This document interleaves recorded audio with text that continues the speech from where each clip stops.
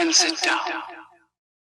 Hey everybody, it's summertime here on Toy Talk, and I hope everybody is getting out, having some fun, enjoying the sun.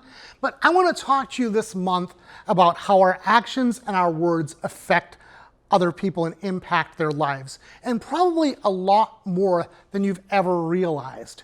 Now, we all realize that our actions and our words impact our lives and have an effect on them, and I'm sure we realize they affect our family and our close friends and significant others, people very close to us. But once we get beyond our little inner circle that most people have, we don't tend to think of what we say and what we do impacting people outside of us or people in different areas. But I want to tell you that your actions and your words do impact others. And I want to talk a little bit about some situations where that has occurred. Now, in 1954, it was considered impossible for a man to run a mile in under 4 minutes. Now, I'm not just saying that it had never been done. It was literally considered impossible. Doctors had written papers stating that if a human body ever moved at that rapid a pace, the heart would shut down immediately and the person would die. But in 1951, one man got it in his mind that this was possible. Roger Bannister was an Olympian that had set the British record for the 1,500 meter race in the 1951 Helsinki Olympics. And it was at this point in time that Roger Bannister got it in his mind that he had a new goal to run a mile in under 4 minutes. And he immediately started training for this, both physically and mentally. Roger Bannister says that he saw himself finishing that mile in under 4 minutes thousands of times in his mind before he ever successfully ran it. But on May 6th, 1954, he accomplished this feat. Roger Bannister stepped onto the track at Oxford University, and before a huge crowd and being broadcast on radio throughout the entire world, Roger Bannister ran a mile in 3 minutes and 59.4 seconds. He did what people had considered impossible. But here's the greater part about that. The more amazing part is that it was only 64 days later that another man beat Roger Bannister's record. See, throughout all of human history, nobody had ever been able to run a mile in under 4 minutes because they didn't believe it was possible.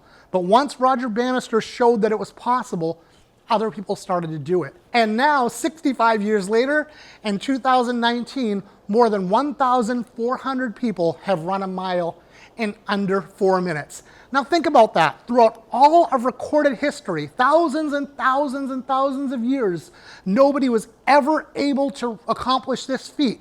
But in the 65 years since the first person did it, more than 1,400 people. You see, these people saw what Roger Bannister accomplished, and it impacted their lives. It affected them. It helped them realize they could also accomplish this feat. The unfortunate part about this is that although our actions can positively influence people, they can also negatively impact people. And you know what? I've been on the receiving end of this. You know, all my life I've loved to swim. I was swimming from a very young age. And honestly, to this day, the most peaceful place in the world for me is floating in a pool or a lake, some kind of a body of water on my back, eyes closed, just head up, floating on my back, and just, it's my Zen place. And so as soon as I was old enough to join the local swim team, it was around 6th grade, I ran right out and I did so. And of course, being one of the youngest and one of the smallest and one of the newest members on the team, I was also one of the slowest. And this was to be expected. I didn't expect to be as fast as the people that had been on the team for years, but I would look out at them, these high school students, and they seemed like they were just shooting across that pool at lightning speed to me. And I would look at that and think, man, someday I'm going to go that fast. I'm going to be that good. And I knew I would. I had the total positive mindset on that. I knew it was just a matter of time and training and growing. But one day that all changed. There was a day when the coach took me aside after practice and we were talking, and I don't remember what I said to him, but his response to me was, Jack, you're never going to be that good of a swimmer. You're too short. You don't have the reach to be able to beat the other swimmers, the better swimmers. You might be okay, but the truth is, you're really never going to be that good. And all the wind went out of my sails, and just, it was a short time after that I left the team. I kind of figured, hey, if I'm not going to get better, or if I'm not going to really get good at this, why keep doing it? I did continue to swim and got better, but never as good as I would have had I stuck with the team. And this impacted me in a lot of other areas of life. When it came to other sports, I was playing Little League Baseball, but I would never swing at the ball in a game because I had it in my mind that you're going to strike out anyway. You might as well just stand here rather than to swing the bat and make it look like you failed. And the ironic thing about baseball is in practice, I would swing and hit the ball all the time and hit it pretty well, but in a game, I wouldn't swing. In basketball, whenever I got the ball in my hands, I would pass it away as quick as possible. I would never shoot because I had it in my mind, if I shoot, I'm just going to miss. But then a lot of times, again, in practice, I'd be putting the ball through the hoop on a regular basis. I mean, I remember times when the coach would be saying, get the ball to Jack, he's got the hot hands. But in a game, I would never shoot. And it's not like I ever thought I was going to be some great athlete, but this carried over negatively into a lot of other areas of my life. When I got to high school, even things that I was good at, I was basically afraid to do. I was always a pretty good singer, and there was always people looking for lead singers for their bands, but I would never audition because I did not want to face the rejection of them not choosing me, even though I could sing. I was always pretty good at acting, but I never auditioned for parts because I was afraid I would get turned down, I would be rejected again. I mean, as far as dating or asking somebody else, I never even would have thought of approaching a girl because I just assumed she would turn me down. And it wasn't until college when this started to change. I finally did go out and audition for a play in college. I got the part, did well. People started encouraging me. I started getting built up, having good friends, and everything just started to turn around and my mindset started to change. It turned more positive. And over the years, I have gotten a more positive mindset, and I've had to work at that though. And honestly, even today, I have to struggle and work at keeping a positive mindset. All because of something that one man said at one point in time. And I don't say any of this to get anyone to say, oh, poor Jack, or to think, oh man, just think bad for me. The reason I say this is to show you that the actions, the things we do, and the words we say can impact and affect other people's lives greatly, even when we don't realize it. See, Roger Bannister probably didn't realize that by running a mile in under 4 minutes, he was going to impact thousands of other people's lives, that they would be able to turn around and do that because of his actions. And that swim coach, I can guarantee you that if he knew what he said was going to impact me in such a negative way, he never would have said it. But that's just the point. We need to stop and think about what we're saying and what we're doing before we say them or do them, because they do impact people. And they probably impact people that you've never even realized they have or would impact. And especially in today's society, with all the technology we have, with the internet, we could be sitting in our home, typing something on our computer, and it can affect somebody. You could be sitting in New York and affect somebody in Thailand or Taiwan, across the globe. And you can do that for positive or negative. So stop and think about what you're saying, stop and think about what you're doing, and let's get out there and make some positive impacts in this world. We're going to catch a commercial. Say, kids, what is it up in the sky?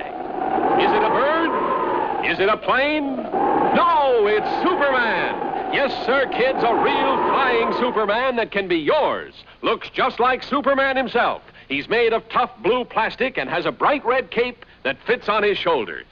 With your flying Superman, you get a powerful launcher to send him sky high, zooming through space just like Superman does in his adventures.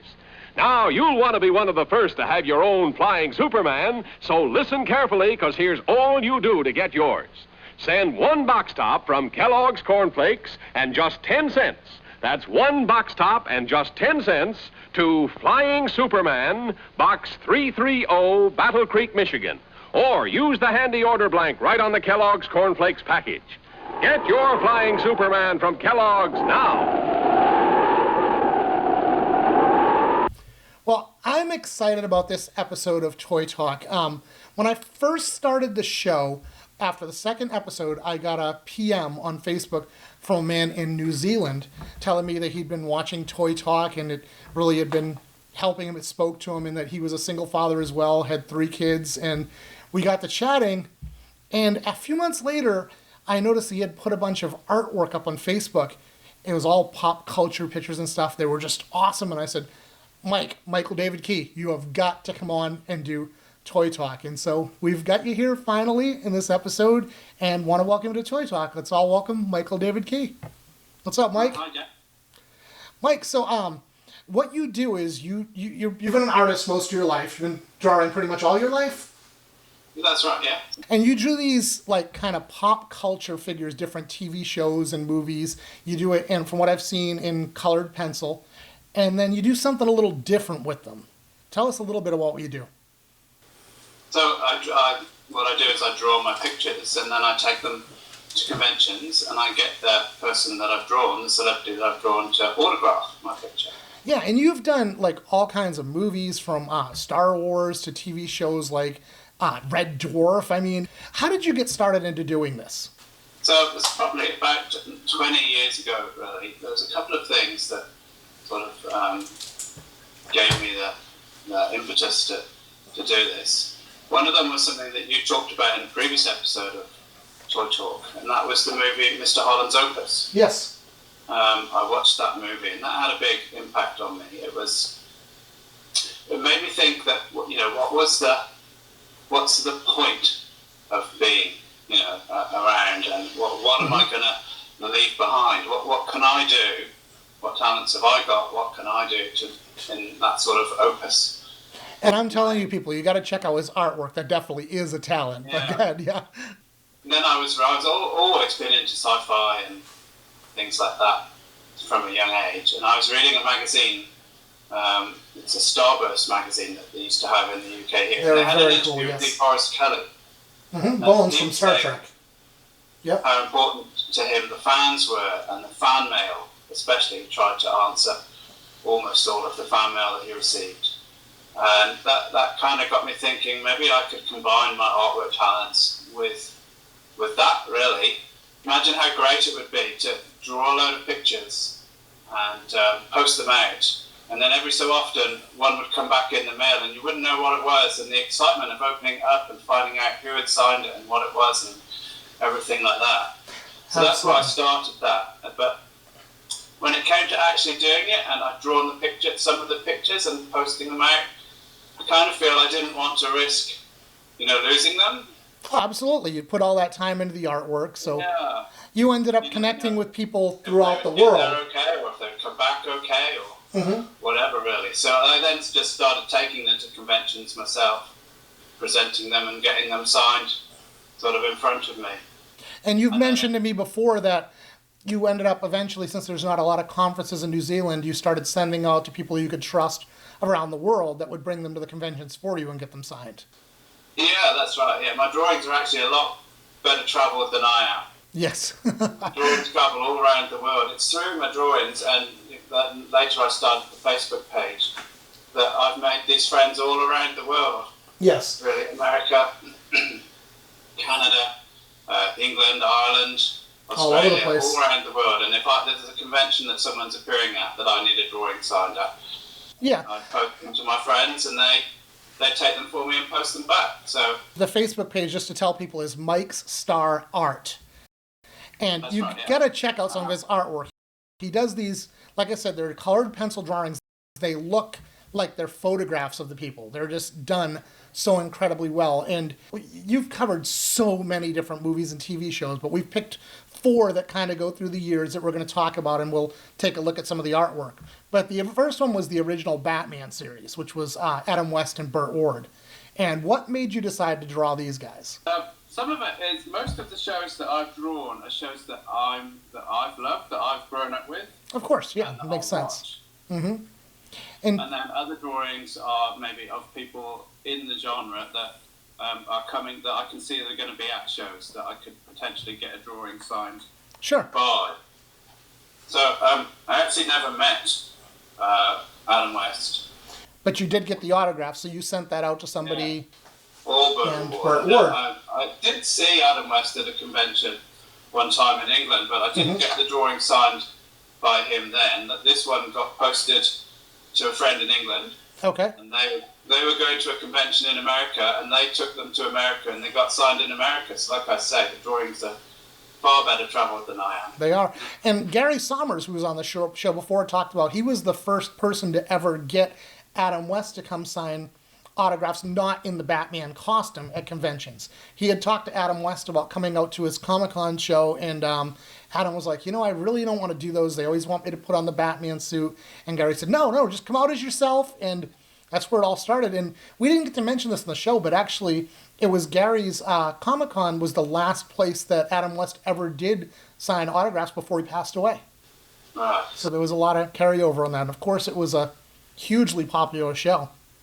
Yeah, well, it was on when I was a little kid, as a child in the 70s, England. Yes. The movie would get shown and the TV series was on. I always remember the movie and how funny that was. Yeah, it was great. I was a little kid. You were about the same age. I was born in 71, and that's when I remember watching. And it wasn't Batman. We're so used to saying Batman now, but it was Batman and Robin, man. It wasn't until Michael Keaton's movie that we started thinking of Batman as an individual entity.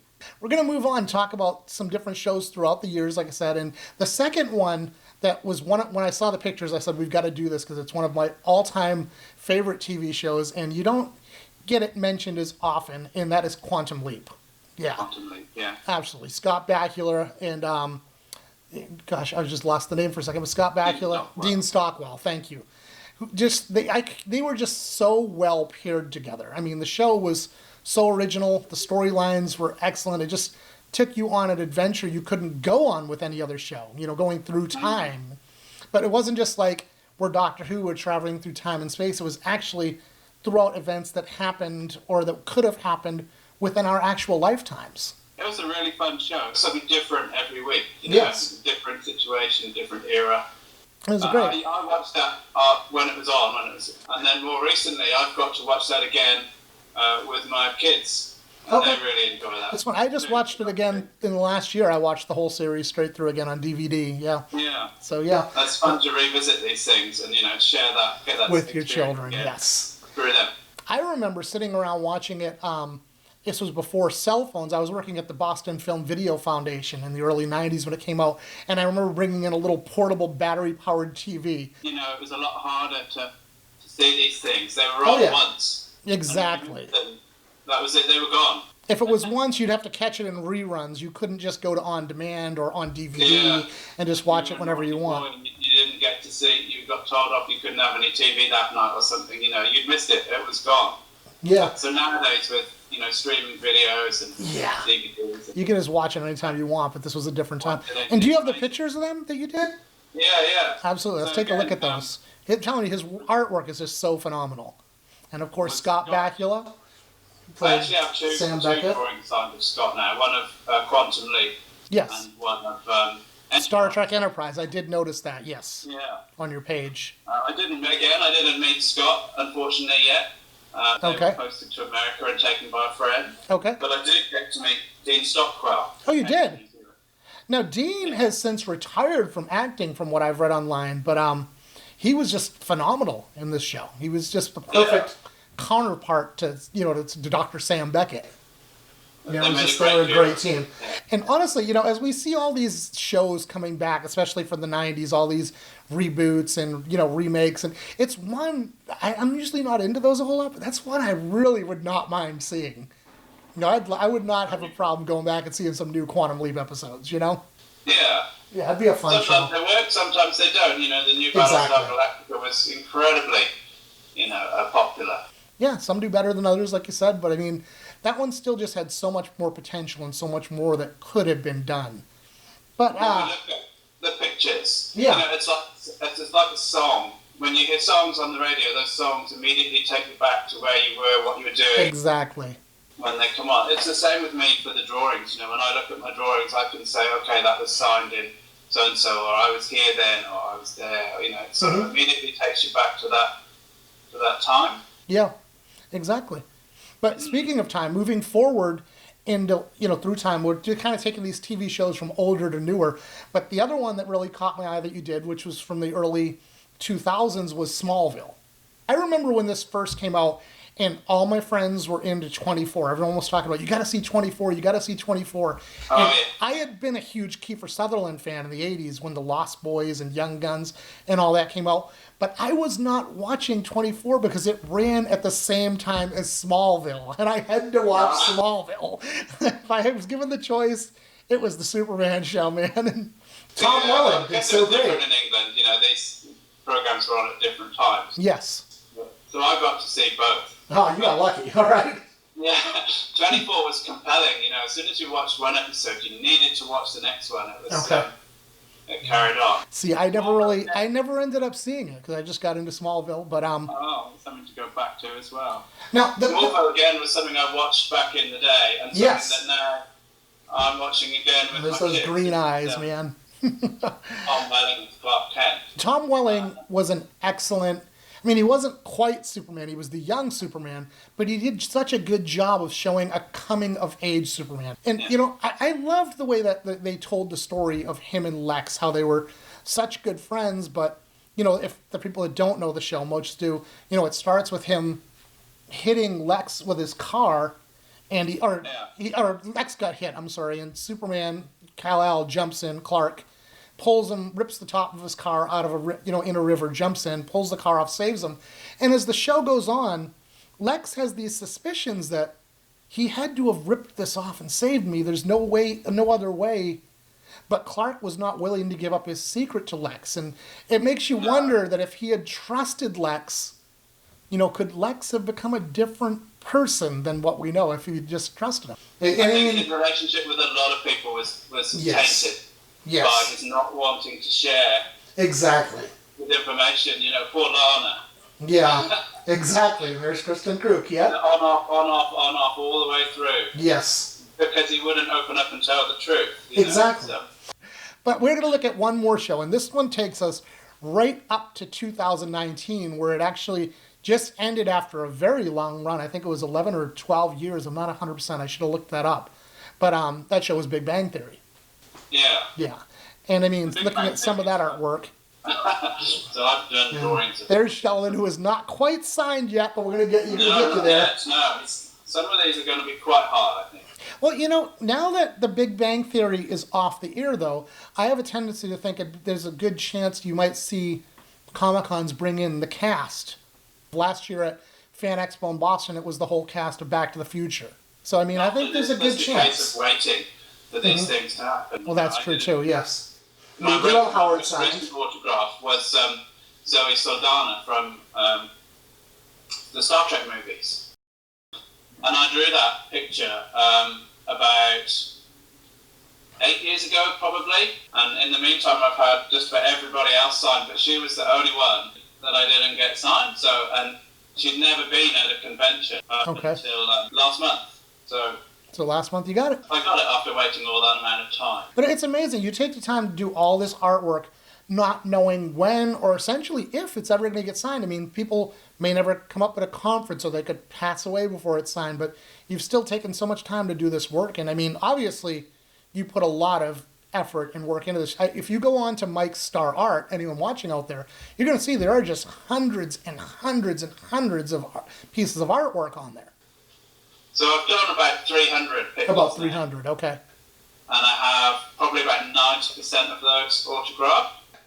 And there's more coming, we know that. Years Yeah. to get that far. Okay.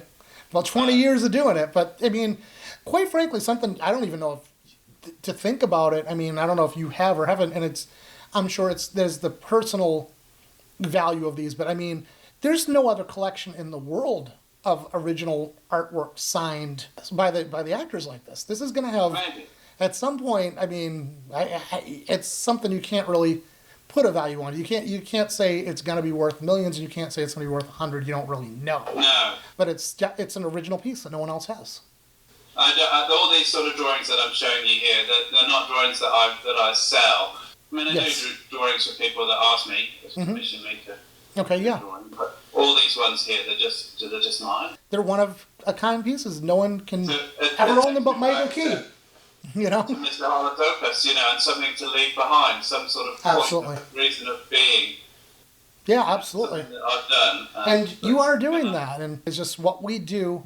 affects other people and it impacts other people's lives. If they see these, I mean, just like DeForest Kelley, when you were reading the article, it gave you what he said gave you the idea to start drawing these pictures and sending them out. I'm sure there's going to be people that are going to see your artwork and go, man, what a great idea. I could draw so-and-so and send it out, you know? It's impacting. I mean, there are lots of people, there are far better artists than me. Oh, you're very good. There are lots of videos on Instagram and that of people drawing, far better pictures. But hey, there's always someone better at everything, but you do an excellent job. maybe there aren't another 300 that have been autographed. No, definitely not. But Mike, it's been great having you on Toy Talk, and I look forward to talking to you more. Hopefully we can meet up someday, but in the meantime, we'll chat over Facebook and Google Hangouts and things like this. But thanks for being on Toy Talk, man. All right, that's great, Jack. Nice to speak to you. Thank you. All right. And everybody out there, we'll see you again next month. Have a great night.